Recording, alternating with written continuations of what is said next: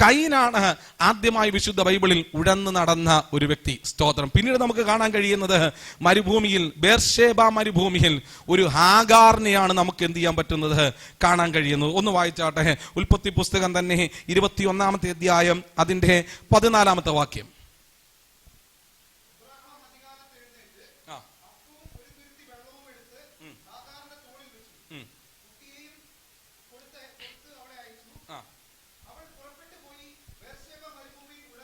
അവൾ പുറപ്പെട്ടു പോയി ബേർഷേബ മരുഭൂമിയിൽ എന്ത് ചെയ്തു, ഉഴന്നു നടന്നു. നമുക്കറിയാം മിസ്രൈമ ദാസിയാണ് ഹാഗാർ.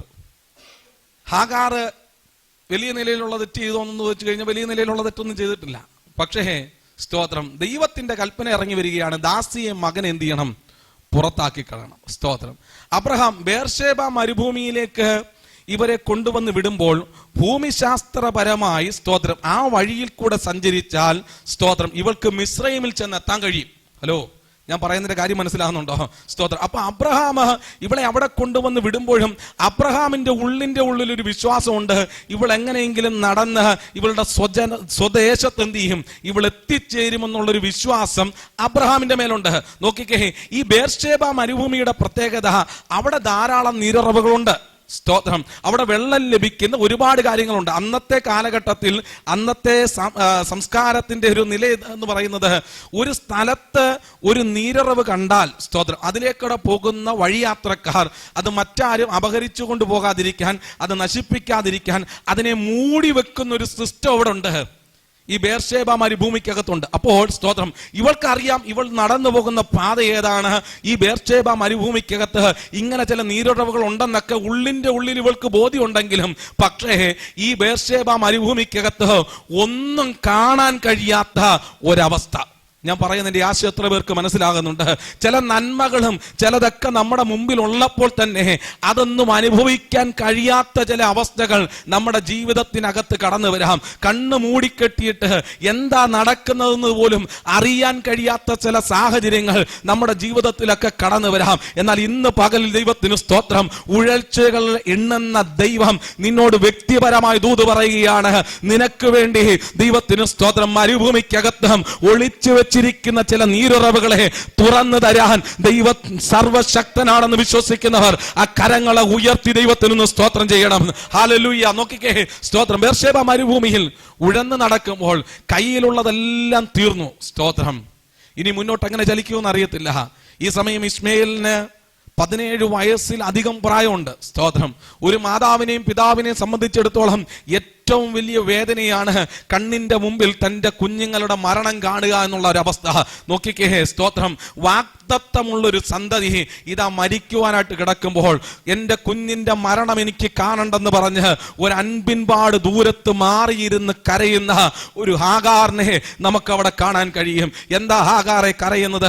അവള് പറയും, എനിക്ക് ബേർഷേബ മരുഭൂമിയൊക്കെ നല്ല പരിചയമുണ്ട്, ഇവിടെ ഒരുപാട് നീരറവുകൾ ഉണ്ടെന്ന് ഞാൻ കേട്ടിട്ടുണ്ട്, പക്ഷെ എനിക്ക് കണ്ണിന് മുമ്പിൽ ഒന്നും കാണാൻ കഴിയുന്നില്ല, എവിടെ പോയാലും പരാജയമാണ്. അങ്ങ് ദൂരെ ഒരു പച്ചപ്പ് കണ്ടപ്പോൾ ഞാൻ അവിടെ പോയി നോക്കി, അവിടെയും ഒരു നീരുറവയും കാണാൻ കഴിയുന്നില്ല. അപ്പുറത്ത് പോയി നോക്കി, അവിടെയും ഒന്നും കാണാൻ കഴിയുന്നില്ല. ഉഴൽച്ചകളാണ് എന്റെ ജീവിതത്തിൽ. എന്നാൽ തക്ക സമയമായപ്പോൾ ഒരു നിലവിളി ഉയർന്നപ്പോൾ അവളുടെ കണ്ണ് തുറന്നിട്ട് അവൾക്കും അവളുടെ തലമുറയ്ക്കും വേണ്ടി സ്വർഗത്തിലെ ദൈവം ഒരു നീരറവ് തുറന്നു കൊടുത്തെങ്കിൽ, ഇന്ന് പകൽ എന്നെ കേൾക്കുന്ന പ്രിയ ദൈവ വൈതലേ, നിന്റെ ഉഴൽച്ചകളെ എണ്ണിയിട്ട് നിനക്ക് വേണ്ടി ഒരു നീരറവ് തുറന്നു തരാൻ കഴിവുള്ള ദൈവമാണ് നമ്മൾ ആരാധിക്കുന്ന ദൈവമെന്ന് വിശ്വസിക്കുന്നവർ ആ കരങ്ങൾ അടിച്ച് ദൈവത്തിനൊന്ന് സ്തോത്രം ചെയ്യണം. ഉഴൽച്ചകളെ എണ്ണുന്നൊരു ദൈവമുണ്ട്. ദൈവത്തിന് സ്തോത്രം. അതിന് തക്കവണ്ണം പ്രതിഫലത്തെ നൽകുന്നൊരു ദൈവമുണ്ട്. നീ എവിടൊക്കെ പോയി പരാജയപ്പെട്ടെന്ന്, നീ എത്ര വട്ടം ഓടിയെന്ന് ദൈവത്തിന് നല്ലവണ്ണം അറിയാം. ദൈവത്തിന് സ്തോത്രം. അതിന് തക്കതായിട്ടുള്ള ഒരു പ്രതിഫലം, വറ്റിപ്പോകാത്ത ഒരു നീരറവ് സ്വർഗത്തിലെ ദൈവം നിനക്ക് വേണ്ടി, നിന്റെ കുടുംബത്തിന് വേണ്ടി ഇന്ന് പകൽ തുറക്കാൻ പോകുകയാണെന്ന് പരിശുദ്ധാത്മാവ് ആലോചന വിളിച്ചു പറയുമ്പോൾ എത്ര പേര് ആമേൻ പറഞ്ഞ് അതിനെ ഒന്ന് സ്വീകരിക്കുന്നുണ്ട്?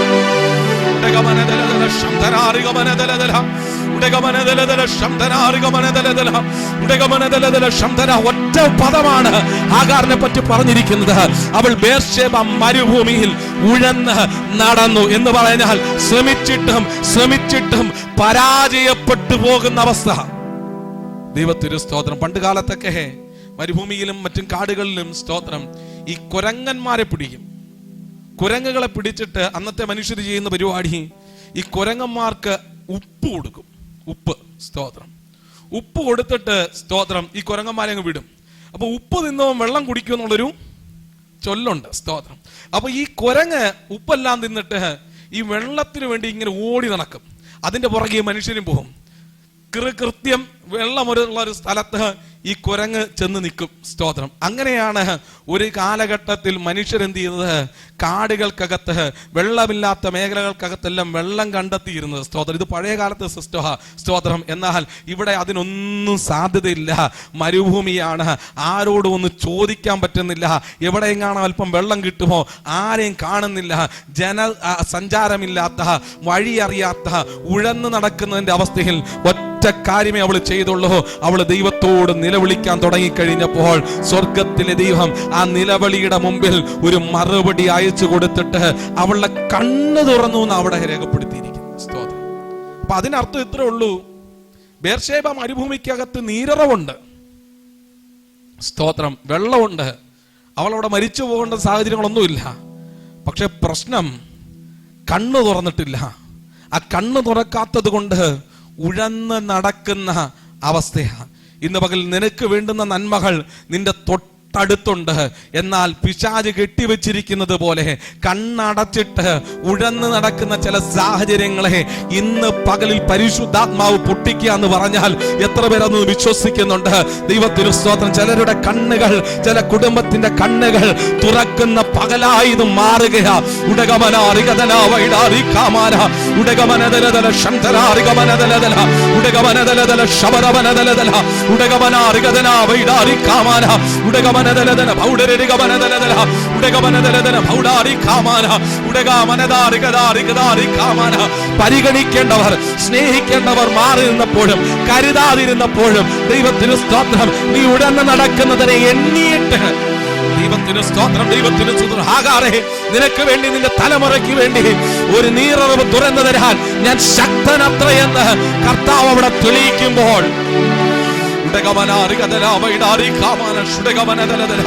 കുടുംബക്കാര് പരിഗണിക്കാത്ത, ബന്ധുമിത്രാദികൾ പരിഗണിക്കാത്ത, നാട്ടുകാർ പരിഗണിക്കാത്ത ചിലർ ഇതിനകത്തുണ്ട്.